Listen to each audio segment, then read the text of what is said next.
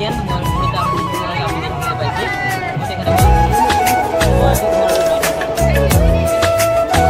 নমস্কাৰ মই ৰিকিব আমাৰ চেনেলৰ অন্য এটা গুৰুত্বপূৰ্ণ ভিডিঅ'লৈ আপোনালোক সকলোকে স্বাগতম জনাইছোঁ। তো আজি মই উপস্থিত আছোঁ আমাৰ যি মান্তাবৰী মেলা মানে অনুষ্ঠিত কৰিছে মান্তাবৰী মেলাত আৰু মূৰতে কিছুমান সুন্দৰী আপি দেখিবলৈ পাইছোঁ ছোৱালীসকল। তেওঁলোকক মই এটা কুৱেশ্যন কৰিম আৰু সঠিক উত্তৰ দিব পাৰিলে আমাৰ পৰা বিশেষ উপহাৰ তেওঁলোকে লাভ কৰিব। ইয়াত দেখিবলৈ পাইছোঁ চিপছৰ পেকেট মোৰ হাতত আছে। তো মই এতিয়া প্ৰশ্ন কৰিম।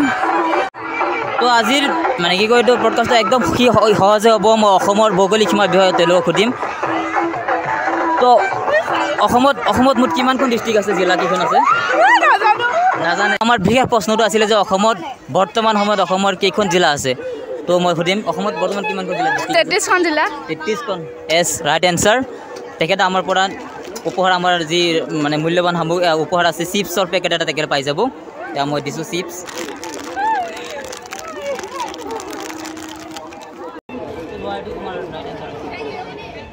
কুৱেশ্যন নম্বৰ ছেকেণ্ড মই মূৰতে আৰু তিনিজন আপি দেখিবলৈ পাইছে। মই তেখেতসকলক কুৱেশ্যন কৰিম যে এটা শ্ৰেণীত মানে তিনিটা ষ্টুডেণ্ট আছে, এজনে অসমীয়া আৰু এজন ইংলিছ আৰু এটা মেথছৰ ষ্টুডেণ্ট। তো অসমীয়াজনে কৈছে সহায় আৰু ইংৰাজীতজনে কৈছে হেল্প মি। তো মেথছৰ গৰাকী কি ক'ব? তেখেতৰ ভাষাটোত কি হ'ব মানে ক'ব পাৰিব? এটা ক্লাছত তিনিটা ষ্টুডেণ্ট আছে, মানে অসমীয়া এটা ইংলিছ আৰু এটা মেথছৰ ষ্টুডেণ্ট। তো অসমীয়াজনে কৈছে মোক বচোৱা আৰু ইংলিছত কৈছে হেল্প মি। দেন মেথছৰ যিগৰাকী ষ্টুডেণ্ট আছে তেখেতে কি ক'ব? তেখেতৰ ভাষাত মানে কি ক'ব? অংকৰ ভাষাত এনি আইডিয়া? নাজানে? অলপ ট্ৰাই কৰা। ট্ৰাই কৰিছা? তো মোৰ ছেকেণ্ড কুৱেশ্যনটো আছিলে যে এটা ক্লাছত তিনিটা ষ্টুডেণ্ট আছে।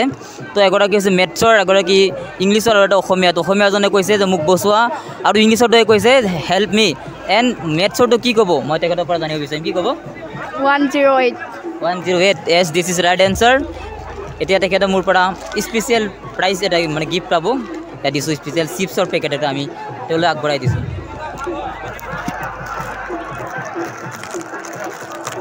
কেনেকুৱা লাগিছে আমাৰ কুৱেশ্যনটো?